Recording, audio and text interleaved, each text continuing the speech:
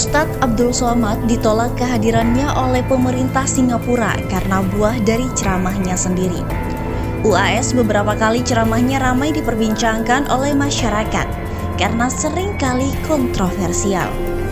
Seringkali membuat pernyataan yang mengukuhi dengan keras ajaran agama non-Islam. Alhasil dari perkataannya tersebut, pemerintah Singapura menilai UAS penyebar paham ekstremis.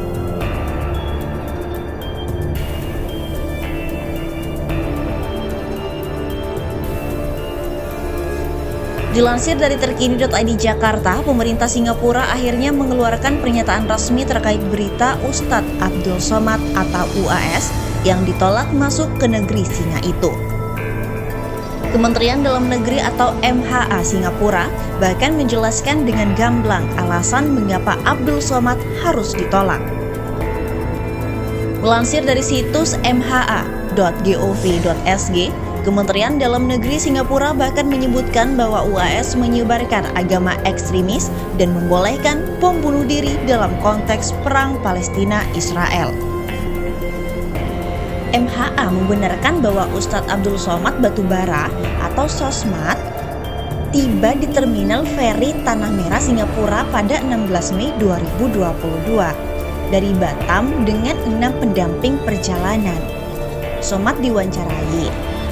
Setelah itu, kelompok tersebut ditolak masuk ke Singapura dan ditempatkan di feri kembali ke Batam pada hari yang sama. Jelas pernyataan resmi tersebut. Somad dikenal menyebarkan agama ekstremis dan segregasi yang tidak dapat diterima di masyarakat multiras dan multi agama Singapura.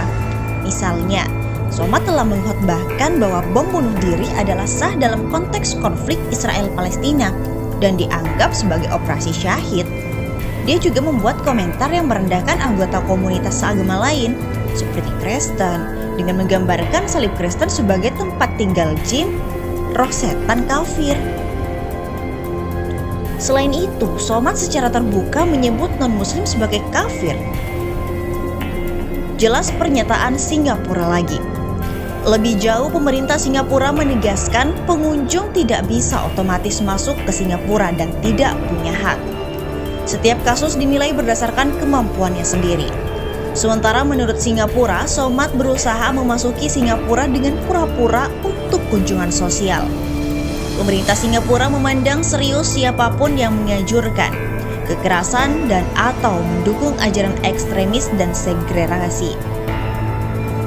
Somad dan temannya perjalanannya ditolak masuk ke Singapura.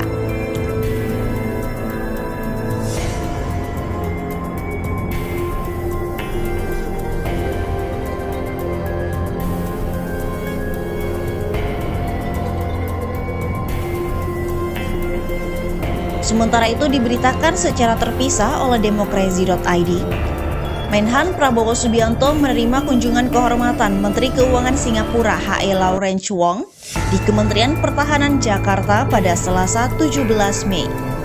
Di saat bersamaan, publik Indonesia sedang heboh akibat deportasi dan penahanan terhadap Ustadz Abdul Somad atau UAS yang dilakukan Singapura pada Senin 16 Mei 2022.